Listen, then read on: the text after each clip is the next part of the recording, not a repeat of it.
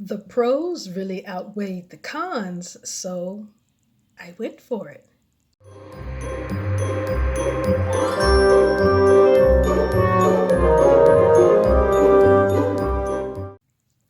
Real quick, I just want to talk about 5 things.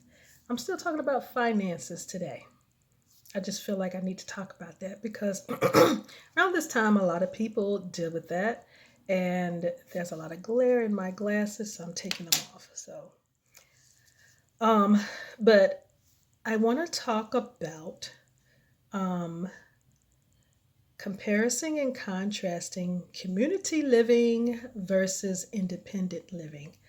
I've made some changes.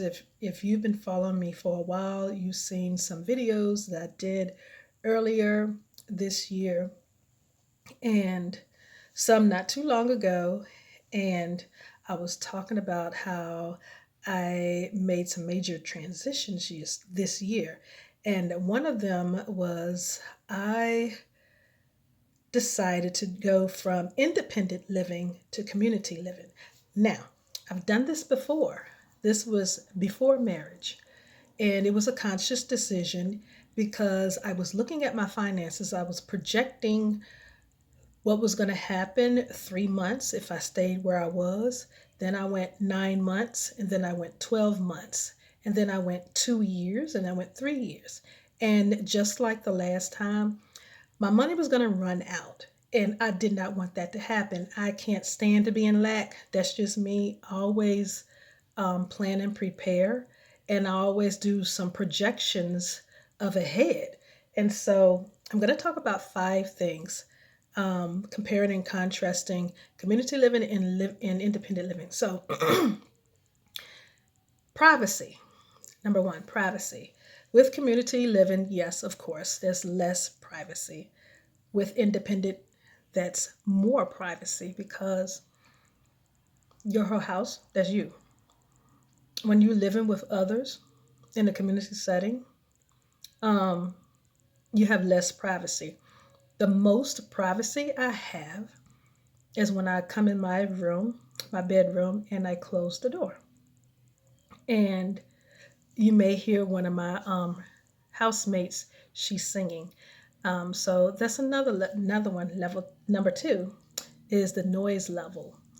The noise level when you're independent living, my house is basically quiet. I play some nice soft music. That's it.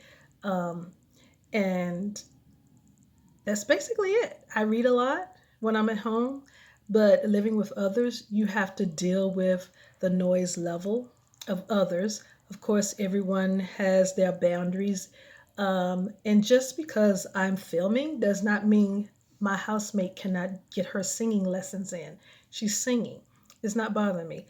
But just in case, if you hear anybody singing or shutting a door, you know why. Because Granny is experiencing some community living. And I love it. And I'm going to tell you why later. Number three is um, independent living. I had all the responsibilities, all of it. Nobody else, just me. And in a community setting, everybody shares responsibilities. And it doesn't matter if someone's low on money or not, that's still their responsibility. It's for them to figure out what they need to do next. Because it used to be where, the others would say, well, you know what? We got you. And if they can't figure out something, yeah, we got them. But no, what we do is, and I love these group of women, we stretch one another. We don't allow, there's no such thing as, I don't know what I'm going to do. Everybody puts their heads together. And we tell that person who is going through that, okay, say for instance that two of us were your children. What would you do? Usually, when they put that in mind, specifically women, their creativity opens up. That blockage that they have, it opens up, and it comes right in what they need to do, and then they go for it. And of course, there's always thank yous or whatever like that. But in the independent living, you have more responsibilities. More responsibility is on you. And so that takes a lot of money, which comes to the next one, which is that's one, two, three. That's the third one, fourth one. Okay, this is the fifth one. Um, you save less money in independent living because all of the responsibility belongs to you. You save more in a community setting because everybody's doing their share, everybody's doing their part. And here's the thing, you have to find people, which is kind of hard. Sometimes people put on fronts. So far, I don't have this issue with the people that I live with. Everybody does their share. And I've been here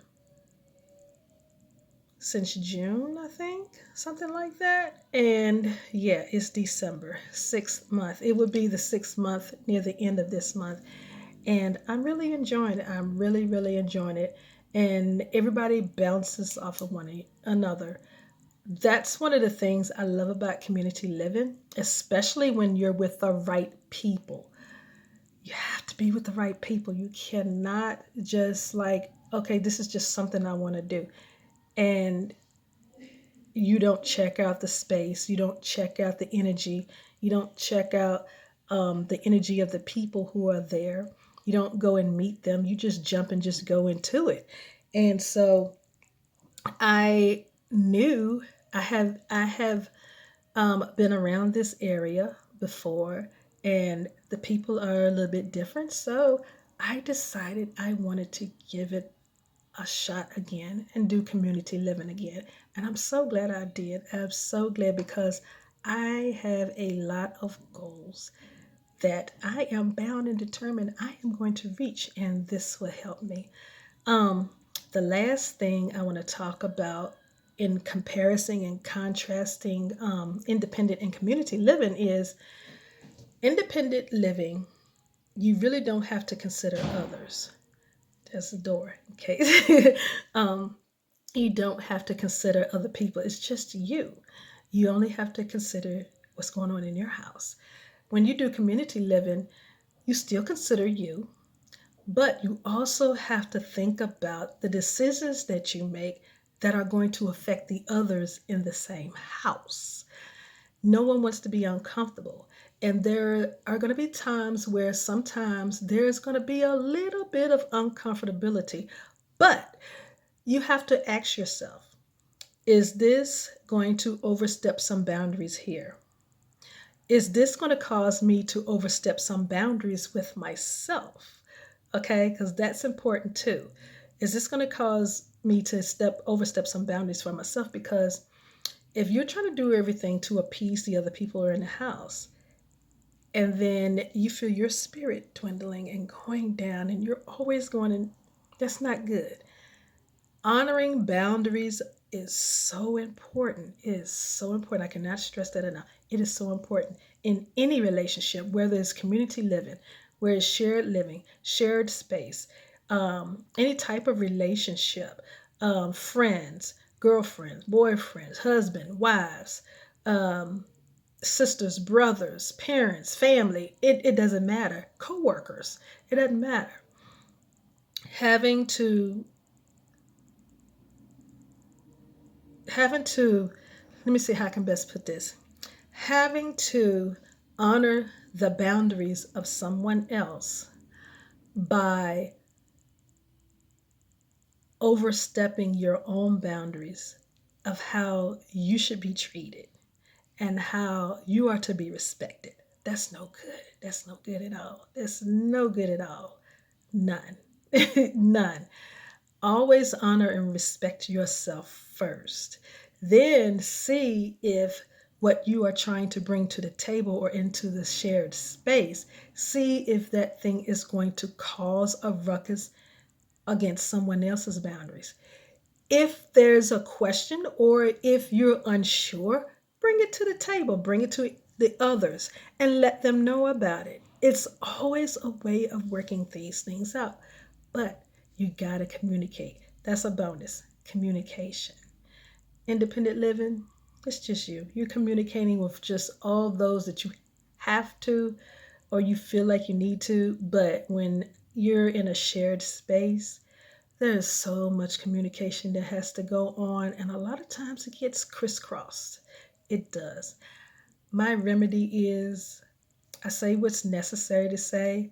I don't indulge too much, and I don't overshare. That's one of the common mistakes we make. We tend to overshare sometimes. Um, that's no good. That's no good at all. But communication is very, very key. That's what helps make community living a success.